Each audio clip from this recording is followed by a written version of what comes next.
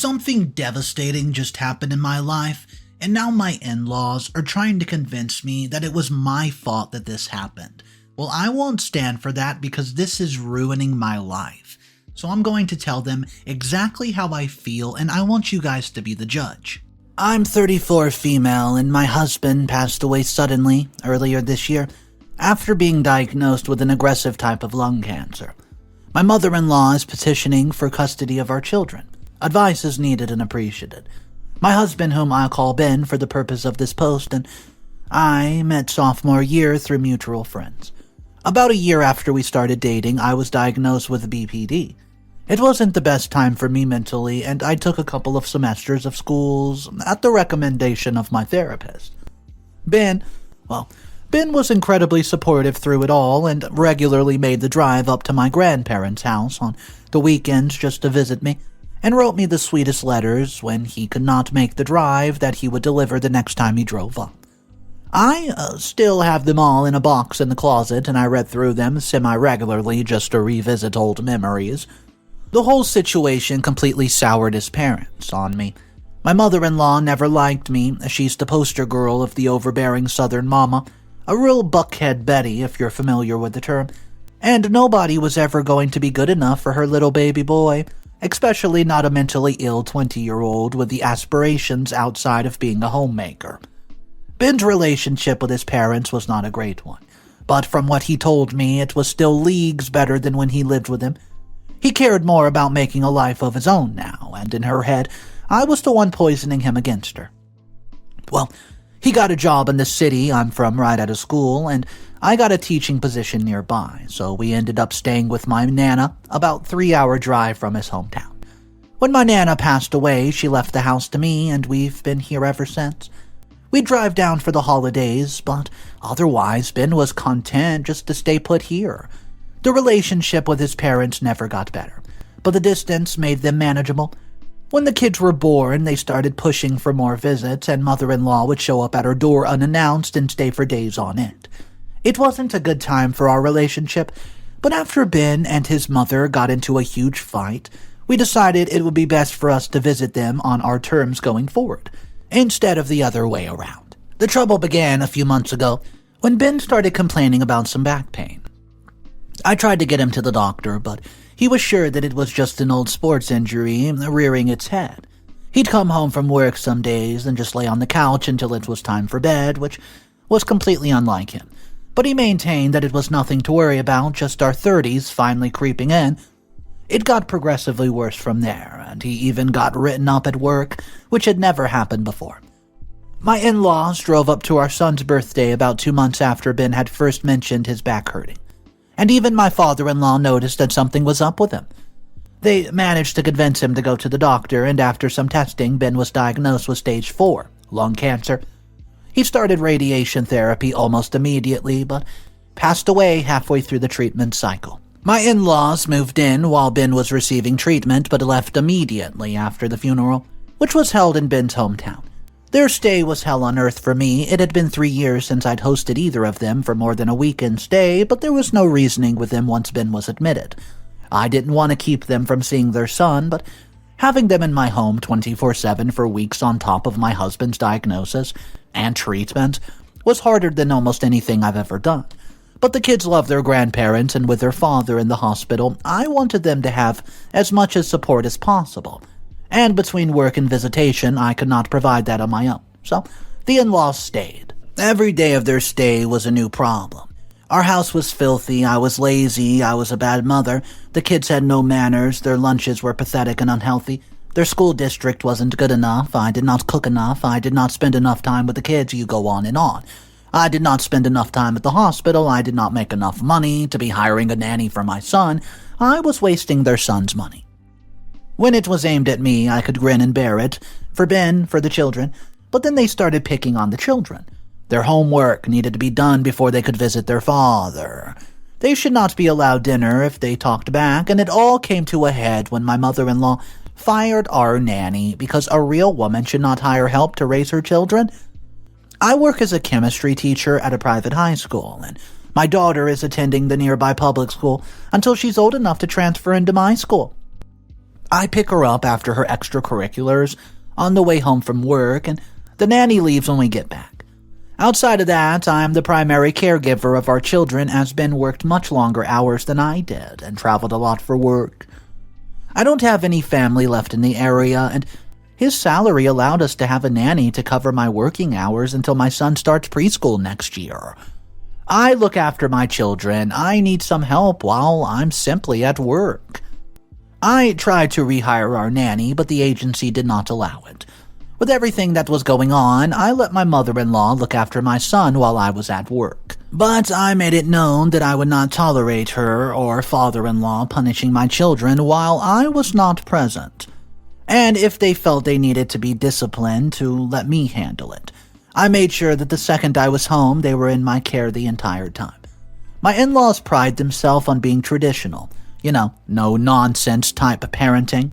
Well, but it was exactly the way they parented that made the relationship with their son the way that it was. Wow.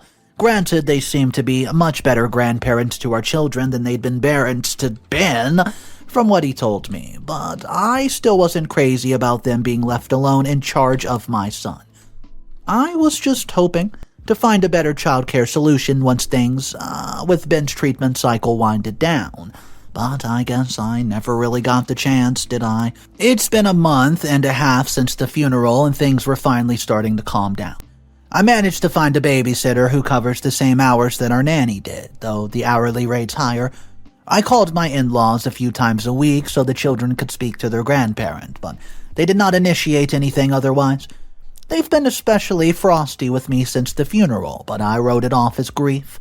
We were never close before, but we at least exchanged greetings when I called for the kids. Now they just asked to be passed to the kids with nothing else said.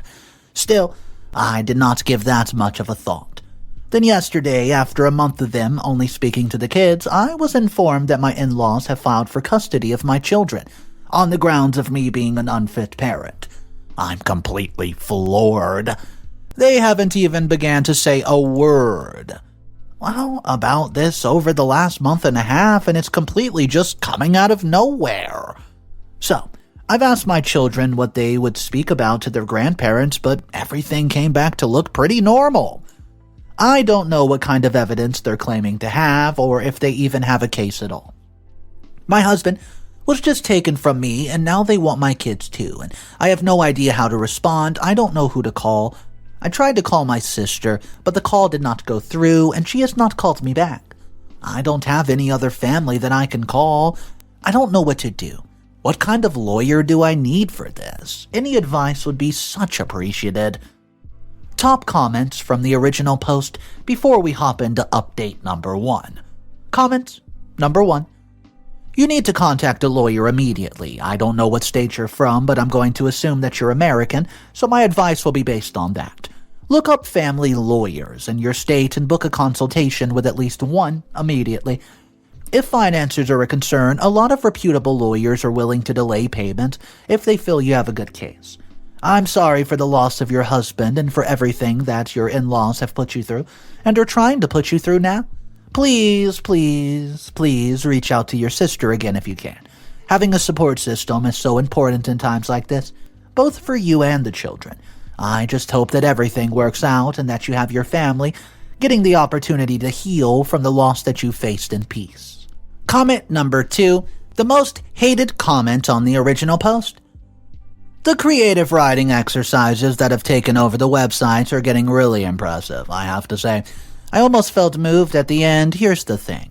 If your in-laws were really suing for custody of your children, you'd be in a lawyer's office, not here typing out a thesis on how your evil mother-in-law will never like you and wants to steal your children.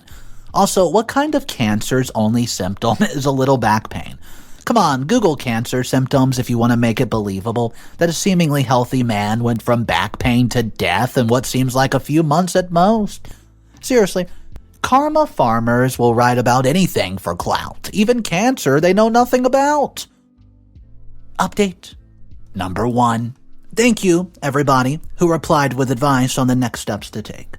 I'd like to add a few things that some commenters said that I should have included in my initial post. Yes, I'm American. My family and I live in a southeastern state, and I'm not really comfortable getting, any more specific about it. For those of you who have been asking about my children's ages, I will not provide any information beyond telling you that they're young enough that my daughter's in elementary school and my son is yet to begin preschool.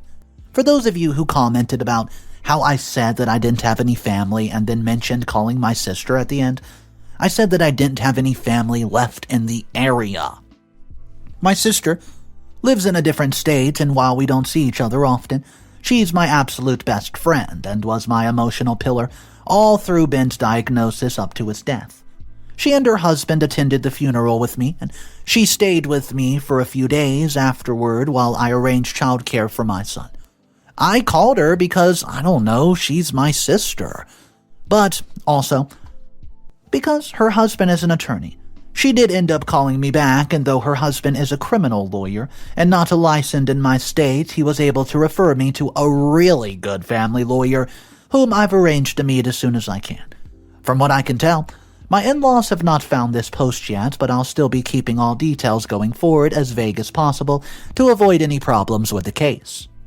I've met my lawyer a few times since our first meeting, and he's advised me to make sure that my in-laws do not have any unsupervised conversations with the children until the case is settled. My sister will be flying to help look after the kids while all this goes down, as I was advised that it's possible for the court order for them to be removed from my custody until they investigate my in-laws' claims that I'm unfit. This has not happened yet, and I'm hoping that it doesn't happen, but hey, I guess it pays to be prepared. The court systems aren't the fastest, but they aren't unbelievably slow either. I've been told that it must have taken a few weeks for the initial petition for my in-laws to have gone through, so it's likely that they pursued this right after the funeral. That at least would explain their unwillingness to say more than a few words to me. I still don't know how to feel about it. A lot of comments are outraged, and I know that I should be too, but hey, all I feel is numb. When I was notified, I honestly did not know what I was supposed to do, and when my sister did not answer, I just went into shock, I think. After my first meeting with my lawyer, I came home and I think I felt better, but there was just this aching in my heart, knowing that this would not be happening if Ben were here, and I just wish that he were here to help me get through this. Somehow, I think that he may have heard my call for help, because now my lawyer and I think that we found evidence that will not only win our case, but absolutely destroy my in-laws. I've been advised not to share anything about it right now, but hey, I really appreciate all the support I've received from commenters and those of you who have DM'd me with stories of your own in-laws. And a special thank you to the user who suggested I check out, different threads. I think I just found my people. Update number 2. It's been a while since my last update, so I thought I'd let you guys know everything that's gone down since, and again, I'll be keeping things vague, but I'll try to include as much as I can. I'm kind of proud of this. Our hearing was last week, as I said in my last update. My lawyer and I were confident that I had this in the bag thanks to some new evidence. Maybe old evidence is a better way of putting it. In a box in my bedroom closet, I've kept everything my husband ever wrote to me. Every post-it, every birthday card, every single letter that he wrote to me over the last 14 years was stored away in a little time capsule that I revisited ever so often. I loved reading them, and over the years, a few of them have definitely become favorites of mine, so they tend to sit at the top of the pile. A few days after my first meeting with my lawyer, I decided to revisit those letters. I read through and tried in true favorites, but something kept me reading that day. I did not just skim through the frilly love notes at the top of the box. I devoured every word that my husband had ever written to me. Maybe it was a way to feel connected to him again, but I just could not stop reading. Soon enough, I ended up at the letter that he had written in college. I always thought that Ben would have loved journaling. He never took me up on it, but I think that's because he kind of already used those love letters to me as a journal of sorts. He really spilled his guts and hearts out on the page, and everything he wrote had this rawness to it, this realness. He did not mince his words. He could wax poeticness about his love for me on page after page, but he has also only wrote things that he meant. Things that were true, and in these early journal-like letters, Ben had left me his final gift. Passage after passage, account after account going into detail on how his strange relationship with his parents, how they treated him throughout his childhood, how he would never treat his own children that way, children that he wanted to have with me. Page after page, letter after letter, I found a mountain of evidence written firsthand by Ben himself. And about, well, why my in-laws should never have been allowed to raise a child in the first place. My lawyer said that he doesn't think that he'd ever call a late spouse as the character witness, but Ben might just be the first. You can imagine it went down in court. To put it gently, this case was dismissed, but I can tell you is that my lawyer and I spent a good few days picking out precisely which letters that we would be reading out in court for the judge and my in-laws to hear. Watching their faces as they heard their son's own words, what terrible parents they've been and how much he loved me, was almost enough to make them, well, give up this entire fiasco that they've stirred up. There won't be a mediation or follow-up hearings, and my lawyers assured me that even if we had not found the letters, their case was too weak to have held up anyways. I know I've said it a couple times, but I really cannot stress enough how much I appreciate the love and support that I've received from those of you who have been following me along this journey. I'm glad that it's finally seeming to be over, though. Update number 3. So, mother-in-law called me. The only contact that we've had since the funeral before the court case was for the children. I'd dial the number, say hello, and pass the phone to the kids. To be honest, I wasn't really sure that either of my in-laws even had my number saved. Apparently they do. She called before the sun had come up on a Saturday, which I think constitutes a crime in and of itself, to be honest. Unfortunately, she was not calling to invite me to a nice Sunday brunch to apologize for attempting to tear my family apart. Instead, she spent 10 minutes yelling my ear off about how I killed her son and was going to do the same to her grandchildren if she did not stop me. She thinks that I should have pushed harder to get Ben to see a doctor. I've spent so many nights and early mornings thinking the same thing and playing those early days over in my head again after again. I still wish I pushed him too, but you know what? It would not have changed a thing. The cancer was so far along by the time they caught it that a week or two of advance notice would not have done a thing. I've had to go back years to help him in any meaningful way, and even then, it's not even a guarantee. I will carry with me for the rest of my life, but I'll be damned if I let this woman tell me that I killed my husband because I trusted what he said. I was not a bad wife for having a job. I was not a bad mother for hiring a nanny.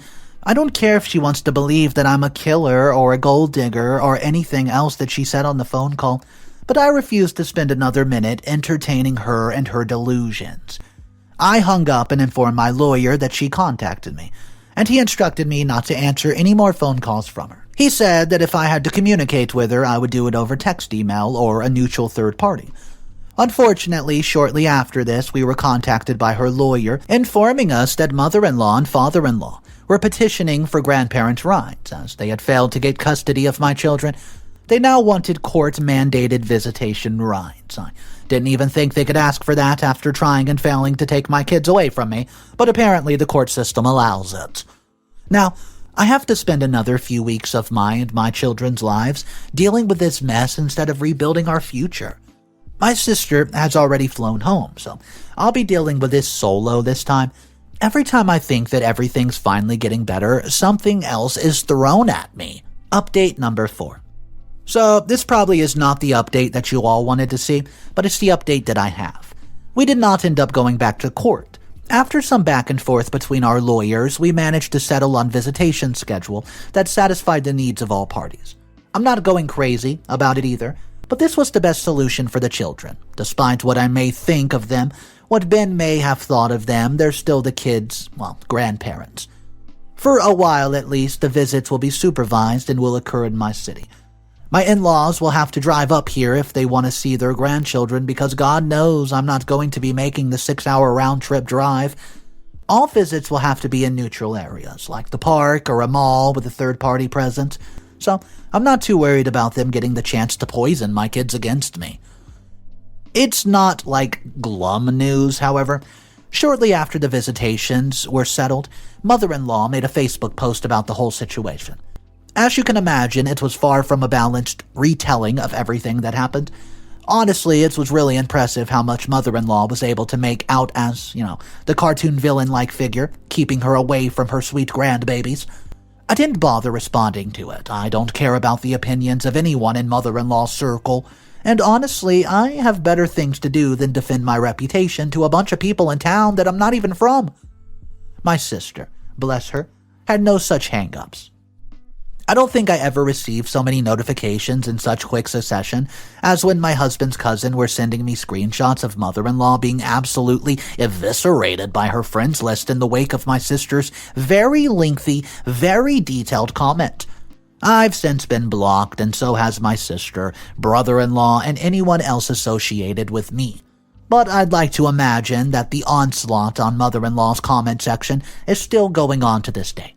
And if I happen to let slip everything she tried to claim during the hearing to any of Ben's cousins, who can blame me?